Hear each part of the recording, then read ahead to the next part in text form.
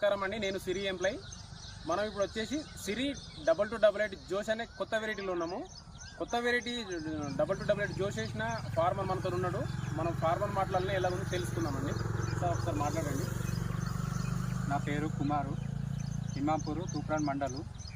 ఇప్పుడు 2288 జోష్ సిరి కంపెనీ వాళ్ళది 2288 జోష్ వేసాము. ఇప్పుడు దాదాపు మంచిగా 30 నుంచి 40 క్వింటాల మధ్యలో దిగుబడి ఉంది. ఒక్క గొలుసుకు వచ్చేసి 300 నుంచి 350, 400 గింజల వరకు వచ్చేసినాయి. రైతులందరూ కూడా వేసుకోవచ్చు, దీని మీద ఏం అభ్యంతరం ఏం లేదు, బాగుంది.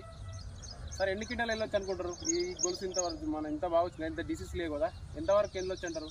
మనకు 30 నుంచి 40 క్వింటాల వరకు కంపల్సరీ.